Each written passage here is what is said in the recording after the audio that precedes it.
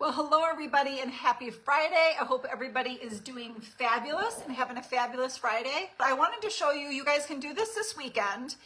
And I wanted to show you this because if you're like thrift store shopping or it's getting spring, so maybe some rummage sales will be out there, you can do what I'm doing this weekend. And these are going to be so cute. I know they're going to turn out cute because I've done it before.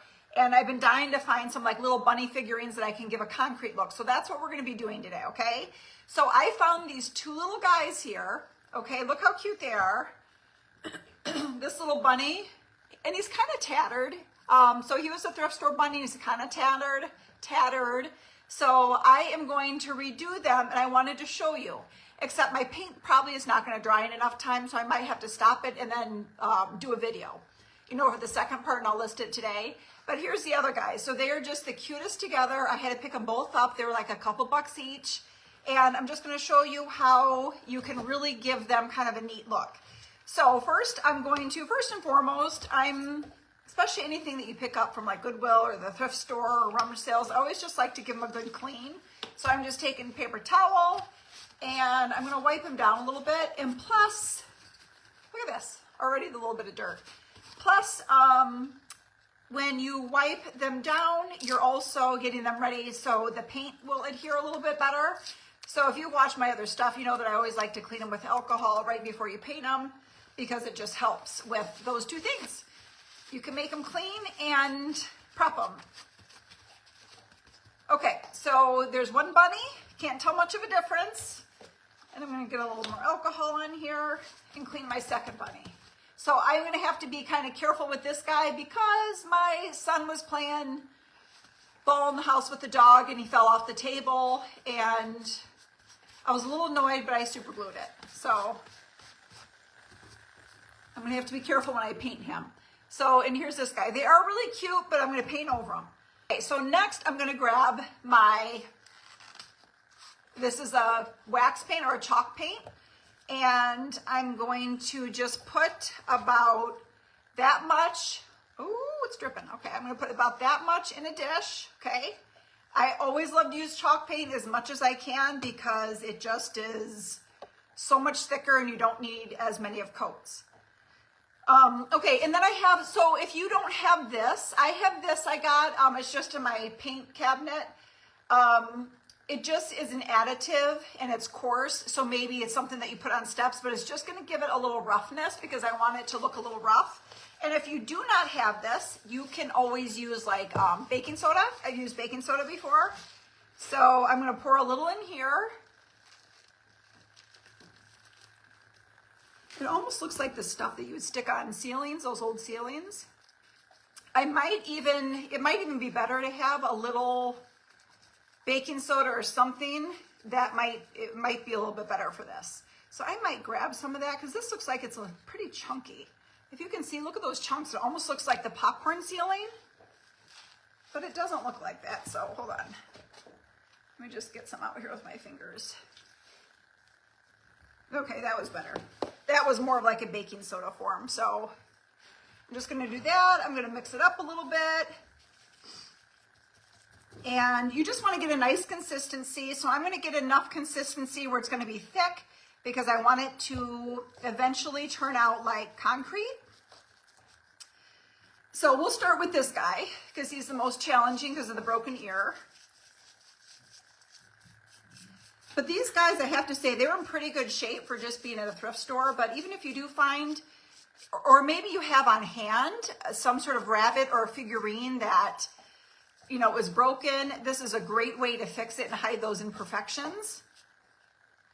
I mean, if you have kids or grandkids, everybody knows this stuff happens. So this is a really good way to fix it and cover it up and make it look even so much better. So I'm just painting this guy. The one good thing is that he might dry quick, so I might be able to do the second step here. Yeah, some of these parts are really too chunky. So if you do have baking soda, I would say definitely use baking soda.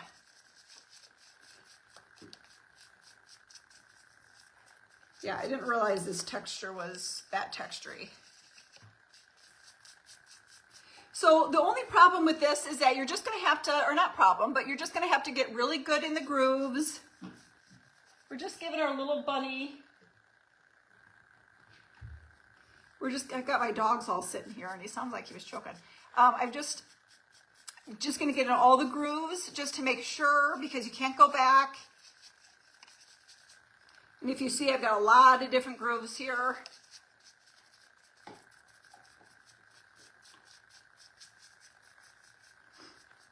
But I mean, really, even if you didn't want to give a concrete look, it's just so cute to have just the white coat on them, covering up this tattered old bunny. He just all of a sudden looks like something you would buy at a Williams-Sonoma. You know how they have all those white dishes and stuff? Or just a nicer kitchen store?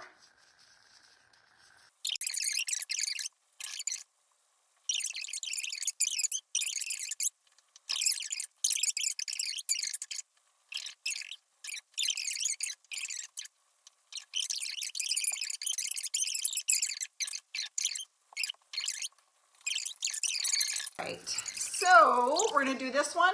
This part's kind of boring, you guys, but like I said, I'm going to make a little video after it's dry. I'm gonna show you exactly what you'll do, but it's just a quick step. So what you're gonna do this weekend, your project for this weekend, is to either look through some of your old stuff, and or maybe family or friends are getting away with things. I know my aunt had a sale a while ago and I picked up some stuff for Christmas.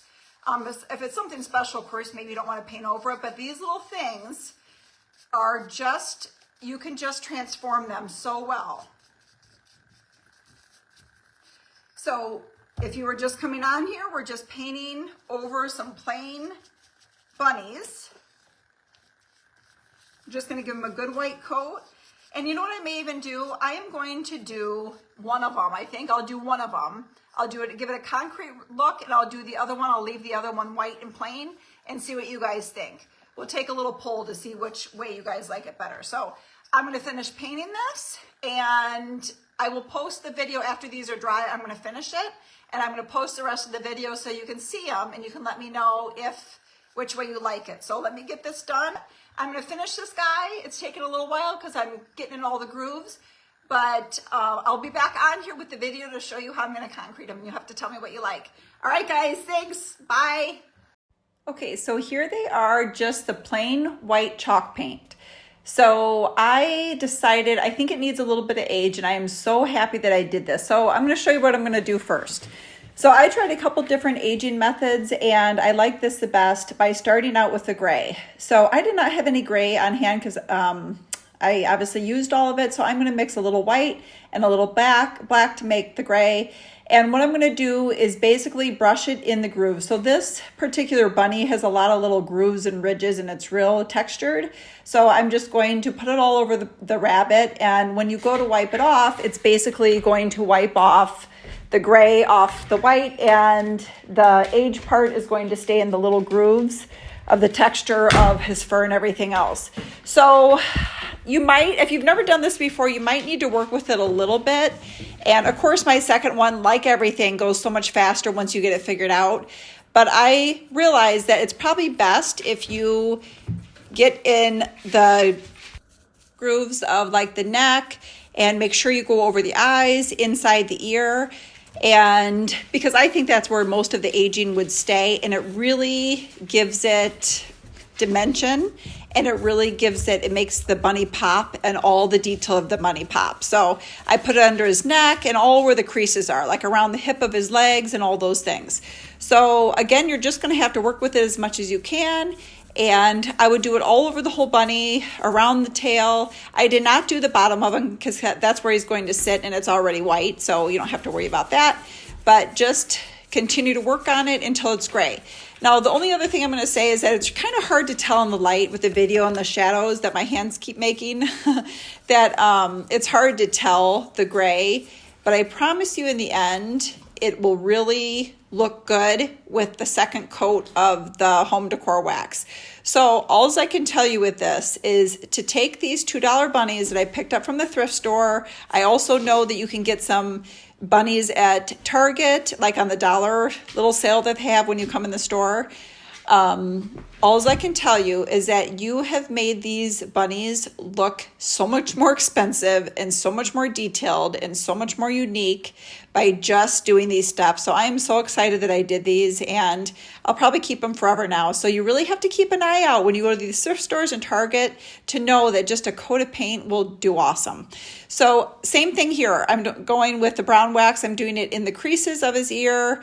And this step went a little quicker because I realized with the gray, you know, you just know more the second time around. So I just did it in the creases and did the same exact process with the gray. And you can probably have a drier paper towel is what I did. And then you can have a damp paper towel.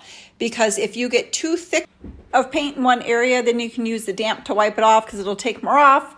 And if you just want to wipe a little bit off, you can use the dry paper towel because it won't wipe as much off. So you'll learn that as you go and get it to your liking. So go at your own pace, and I'll show you what the end results are. So I set them with some Easter eggs, and they are so cute. Look how cute he is antiqued. And I found this little blue basket, already blue like this. Also at the thrift store, I had some of my own lacy ribbon. Got some grass from the Dollar Tree, and they are absolutely adorable. So I'm going to show you different variations here. And I got a pink basket, and I need to fix that little piece on the basket, but you can just decorate it up so cute with a few little things. Or you could just set it plain out on the table, but I think it's cute with this pink basket also, and one of my decorative eggs. But here's a before and after, so let me know what you think, you guys. I hope you love it. I'm so excited about this one. I don't usually get as excited about everything, but I think you can go from such a kind of a tattered old piece to making it look so fabulous and new.